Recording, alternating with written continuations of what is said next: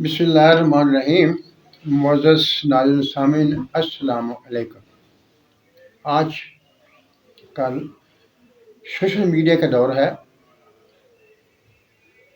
پرانی اقدار کو توڑا جا رہا ہے، نئی اقدار قائم کی جا رہی ہے، اور اس شکست و ریخت میں جو ہمارا کلچر ہے، ہماری تہذیب ہے، وہ الٹ پلٹ ہو رہی ہے۔ کبھی دور تھا سارے خاندان والے اکٹھے بیٹھتے تھے، ایک دوسرے سے محبت پیار ہوتی تھی، باتیں کرتے تھے، ایک دوسرے کے دکھ تکلیف کا پتہ ہوتا تھا۔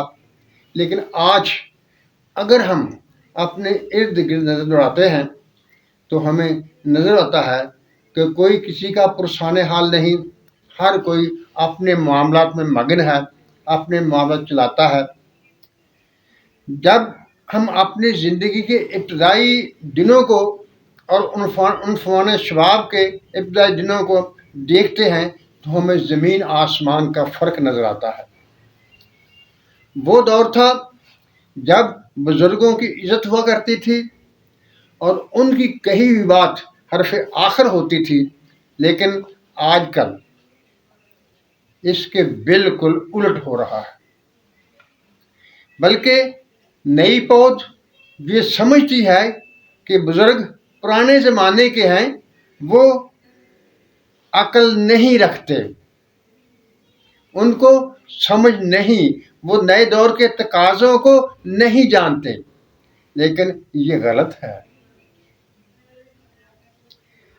اللہ تعالیٰ جب انبیاء بھیجتا تھا تو وہ بھی 40 سال کی عمر کو جب وہ پہنچتے تھے تو ان کو مقام نبوت پر فیض کیا جاتا تھا۔ ایک مسلمہ اصول ہے، کیا واقعی ہم انحطاط کی طرف جا رہے ہیں یا یہ کوئی بفر سٹیٹ ہے، یعنی ہم ایک نئی تہذیب کو قائم کرنے کی طرف جا رہے ہیں۔ اسلام آج سے 1400 سال پہلے آیا اور اس نے اصول دیے، بڑوں کا احترام، چھوٹوں سے شفقت، اچھائی برائی کا تصور دیا۔ کیا کبھی یہ تصور غلط ہو جائے گا یا پرانا ہو جائے گا؟ ہرگز نہیں۔ وہ اصول، وہ تصور ہر دور میں ہمیشہ تک تا قیام قیامت قائم رہے گا اور وہی سچ ہے۔ اب میں ایک واقعہ آپ کے سامنے رکھنے لگا ہوں۔ اس سے بڑے بڑے واقعے بھی ہوئے ہوں گے، لیکن میں ایک مثال کے طور پر آپ کے سامنے ایک واقعہ بیان کرتا ہوں۔ کہتے ہیں ایک دور تھا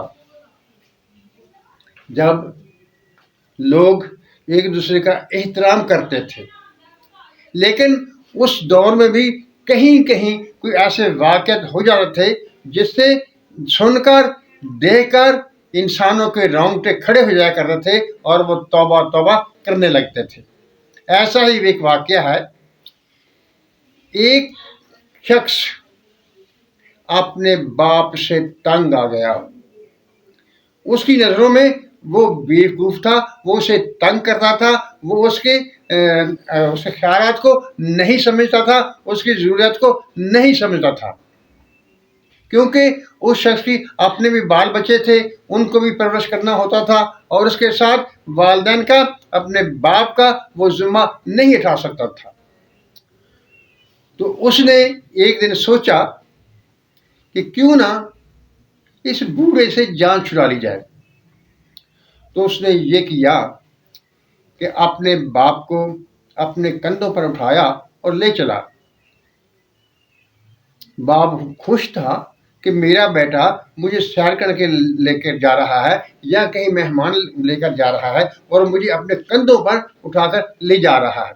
لیکن جب اس بیٹے نے راستہ بدلا اور وہ دریا کی طرف چلا تو اس بوڑھے کو کچھ پریشانی ہوئی، لیکن وہ خاموش رہا۔ آخر کار وہ شخص دریا کے کنارے پہنچ گیا اور وہ پانی میں اترنے لگا۔ تھوڑی دور جب گیا تو اس باپ نے اپنے بیٹے سے پوچھا تمہارا کیا ارادہ ہے، کیا کرنے والے ہو؟ اس نے کہا کہ میں تم سے جان چھڑانا چاہتا ہوں اور میں تمہیں یہاں دریا میں پھینک دوں گا۔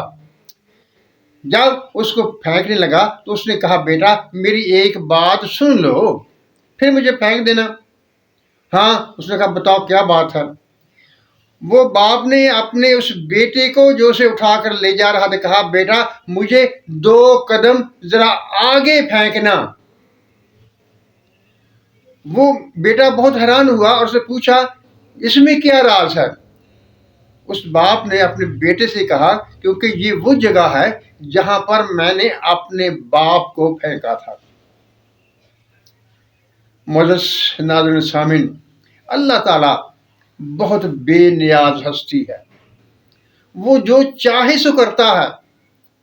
ان الفاظ کا اس بیٹے پر اتنا اثر ہوا کہ اس نے اپنا ارادہ بدل دیا، یہ سوچ کر جب میرے باپ نے اپنے باپ کو اس دریا میں پھینکا تھا اور آج میں اپنے باپ کو یہاں پھینکنے کے لیے آیا ہوں تو کل کو میری اولاد بھی مجھے دریا میں ہی پھینکے گی، میری خدمت نہیں کرے گی۔ جب اس نے یہ دیکھا تو اپنے باپ کو گھر لے کر آیا اور اس کی خوب خدمت کی اور آخر وقت تک اس سے دعائیں لیتا رہا۔ یہ کہانی سنانے کا میرا مقصد یہ ہے کہ یہ کائنات، یہ دنیا، اللہ تعالیٰ خوب ارشاد فرماتا ہے اس کے بارے میں جو تم کرو گے وہ بھرو گے اور یہاں سے ان کو بھگت کر جاؤ گے۔ اگر ہم یہ چاہتے ہیں کہ ہماری اولاد ہم سے اچھا سلوک کرے تو ہم کو اپنے والدین کا احسان مند ہونا چاہیے، ان کی خدمت کرنا چاہیے اور ان کی ضروریات کو پورا کرنے کی کوشش کرنا چاہیے۔ یہ تو ہو نہیں سکتا کہ ہر بندے کے اتنے وسائل ہوں کہ وہ ہر کسی کی ضرورتیں پوری کر سکے، لیکن ان کو مینیج کرنا ضروری ہے اور یہی ہمارا دین ہمیں سکھاتا ہے اور یہی ہماری آخرت کی بھلائی کے لیے، آخرت کی کامیابی کے لیے ایک چیز ہے کہ ہم اپنے بزرگوں کا احترام کریں، ان کی قدر کریں۔ انسان جس قدر بھی ترقی کر جائے وہ اپنے والدین کا احسان ادا نہیں کر سکتا، کیونکہ قرآن شریف میں صرف ایک ہی وہ فعل ہے جس کی اللہ تعالیٰ نے تعریف کی ہے اور اس کے بے غرض ہونے کا ثبوت ہے۔ وہ کیا؟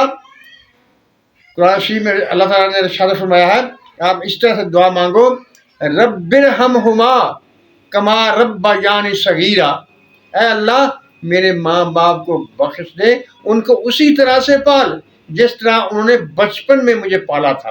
یعنی وہ بچپن کی پرورش جو والدین کرتے ہیں وہ ایسی پرورش ہے کہ اس میں کوئی کھوٹ نہیں ہوتا، کوئی اس میں بغض نہیں ہوتا، کوئی اس میں مطلب نہیں ہوتا، اور وہی فعل رب تعالیٰ کو قبول ہے، منظور ہے، اور اسی کے لیے اسی کو دلیل بنا کر اللہ تعالیٰ نے دعا کرنے کا کہا ہے۔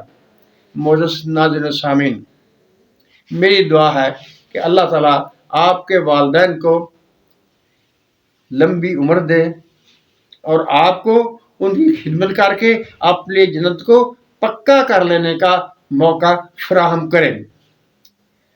جن لوگوں کے ماں باپ نہیں ہیں، جب ان کو یاد آتی ہے تو وہی جانتے ہیں کہ ان کے دل پر کیا بیتتی ہے۔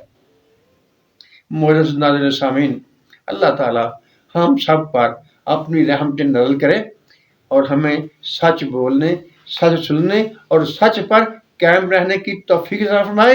اور ساتھ ہی آج خاص طور پر میں یہ دعا کرتا ہوں کہ اللہ تعالیٰ تمام بچوں کو اپنے والدین کی خدمت کرنے کی ہمت اللہ تعالیٰ عطا فرمائے۔ آمین۔ اللہ حافظ۔